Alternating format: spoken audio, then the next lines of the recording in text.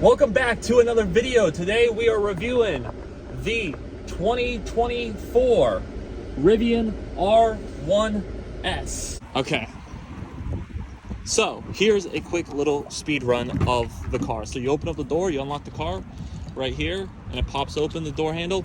Cool, easy enough. Minimalistic door panel. So, getting on in. Close the door. It's relatively soundingly thunk. It has a relatively good sounding thunk. Your key card's right here, and you put it right down here. Put your foot on the brake, and that's how you operate the car. Now, everything you control in here, I'm not going to go into because it's just going to take me way too long, and I got to admit, this system is a little more complex than I wish it was, to be honest with you. But it works really well. It works fine. I think for me personally, anyone who's new, it's going to take a little bit of getting used to if you're not used to electric cars. Personally, I think the Tesla infotainment is a little more superior than this because it's a little more easier to get into and get familiar with. This takes a slight learning curve, but I do like the layout. I like the quality of the content. I like how it looks, and it does what you need it to do. Here's what I really like about this car better than Tesla, though, and that is this screen. This screen gives you all the information, like you do the turn signals, and it turns on everything. Like here, put it on drive, you got your turn signal, and it does it on each side, and I love that. I absolutely love that. And then to go in the drive, you push down on this like it's a BMW to go in the drive, up for reverse. You got a great little backup camera, 360, and neutral is somewhere in the middle, and then you push P for park. Really simple, really easy.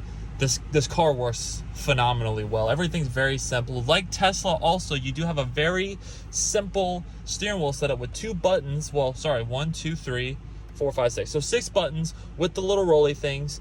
And you also have this really nice real wood on the steering wheel, which is just, I gotta admit, that's really good quality. I like that attention to detail. That's really, really nice.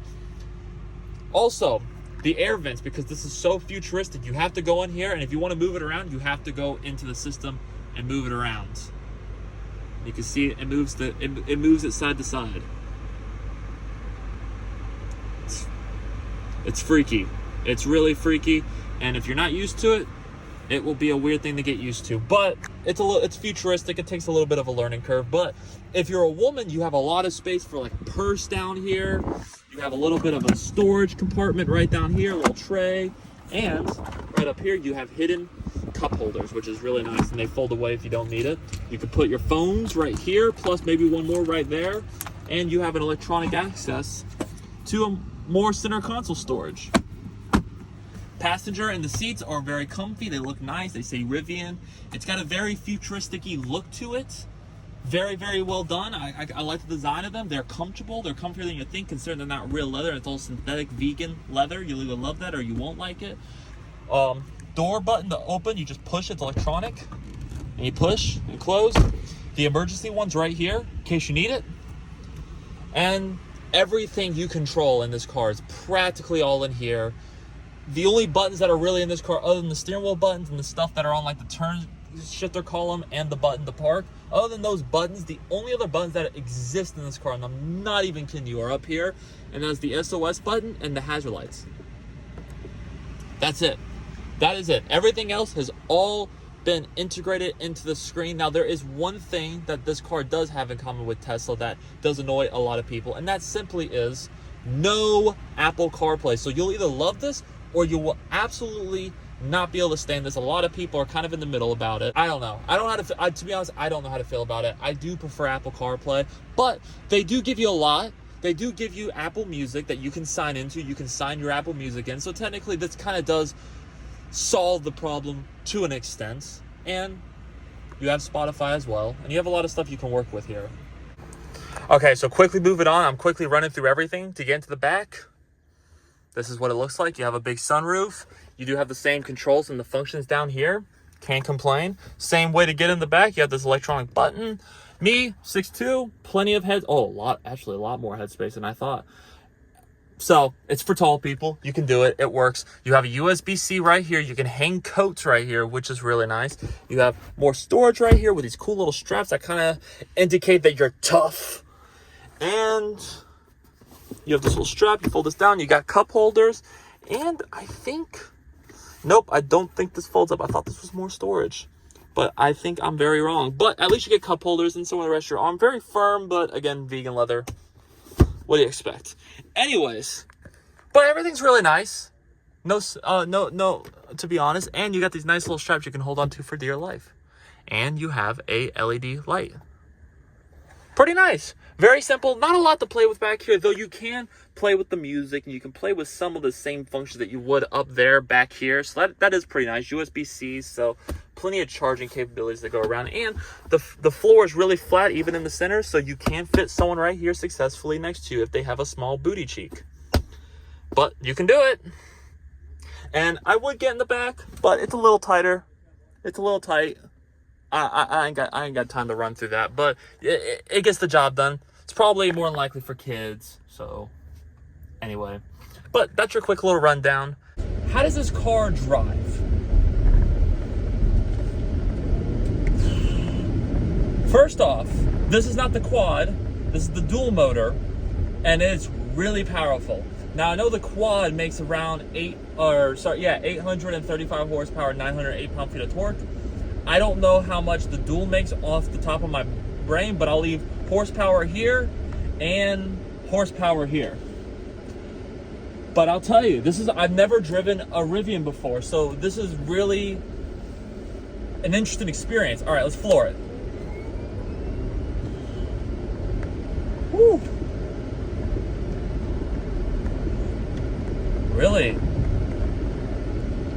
Really, really fast. Holy crap. Okay. Like every electric car, she's got some get up, some real get up. I didn't know what to expect or how to feel. Something that's really interesting about this car is this car has really quick, sharp turning. A lot quicker than I thought it was going to be.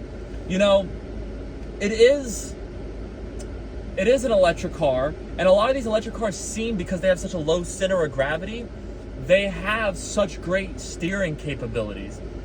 But even so, I was not thinking it was going to be this good. Yeah, I still get kind of surprised by it. And I'd argue that, yeah, the Teslas are the same thing too, but I'd argue this has even better steering than the Tesla.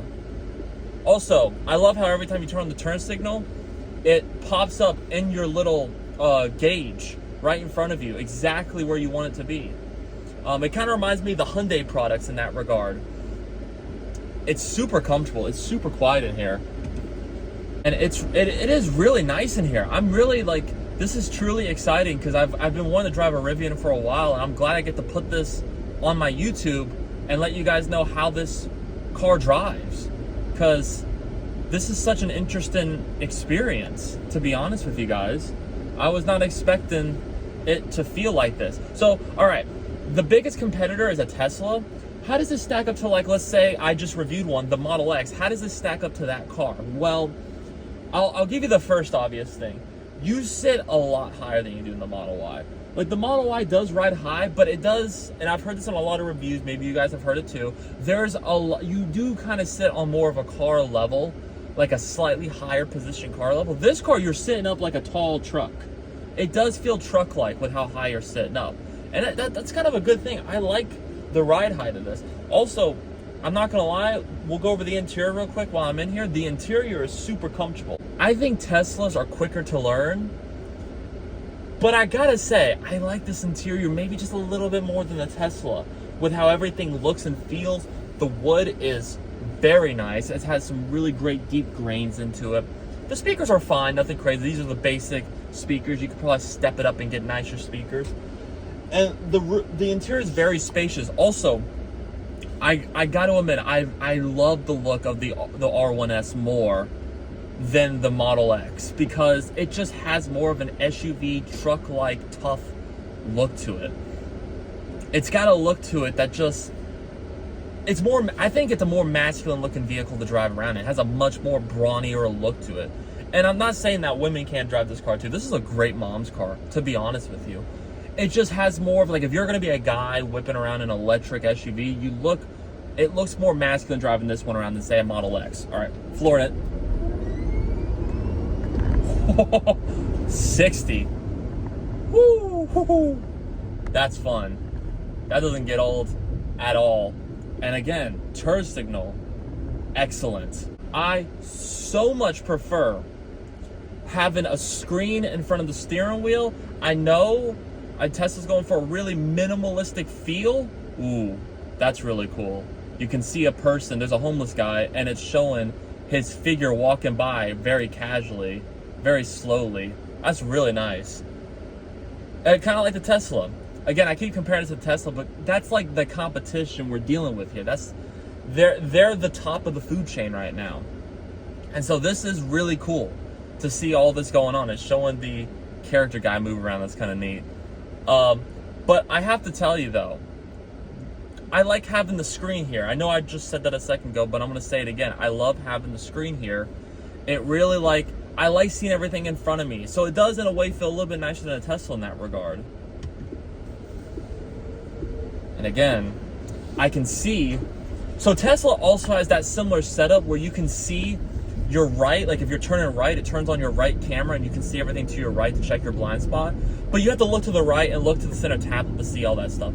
Here, I really like that I can look directly in front of my line of sight and have easier access to it all. I love it. I think that's like a great thing. Also, the steering wheel, when I was adjusting it, I love how close it gets to me. So the speed, the power, the comfort, all of it is looking good for me. Now, how does it ride? So I talked about the steering. With the steering, it's pretty good. The ride, as long as you're not on super bumpy roads, it's actually really smooth. It's almost floaty. It's in a good way, of course. It has a really good ride quality.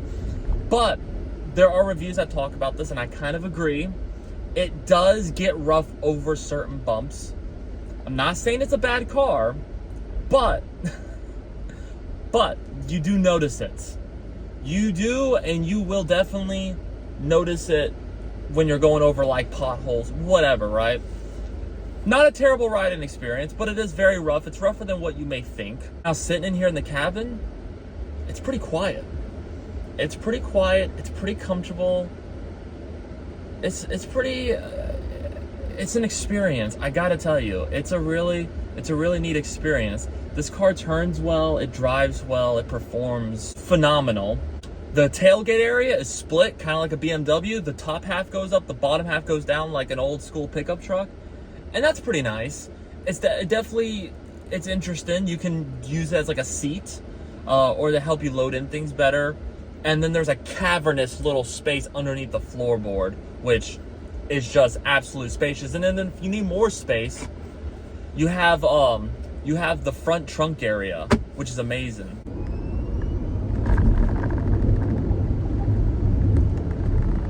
Whew. So fast. So fast. And obviously you have typical things too, like blind spot monitoring and the whole nine. So this is a really good car, really comfortable, really great all-arounder car. Do I recommend it at the end of the day?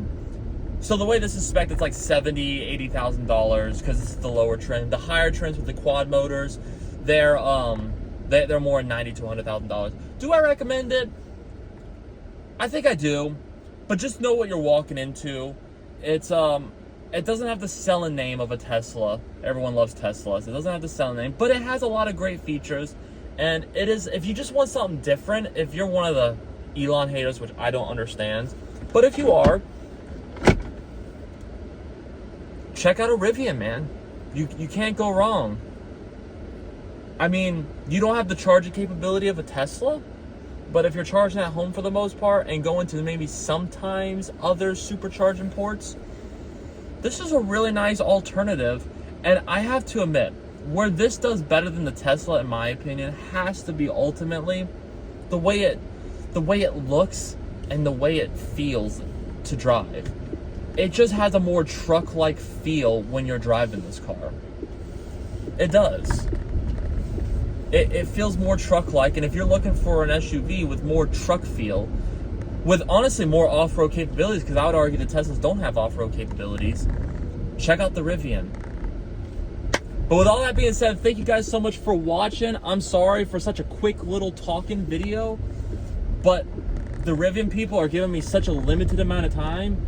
and I'm doing what I can here to make this content happen for you. So if you enjoyed this video, please like, comment, share, and subscribe. I hope you guys enjoyed this video. Please, please share it, leave a like, comment, share, and subscribe.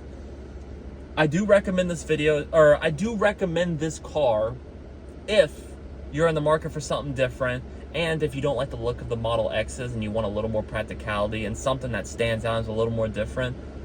The R1S seems to be one of the most competitive options you can get for the money. And I'd recommend it, especially like a dark green with like some light interior color. That might be the way to go. But yeah, please share this video. Until next time, guys, I will see you guys in another video. Peace out. One more quick little nudge. Just like a tiny little meep.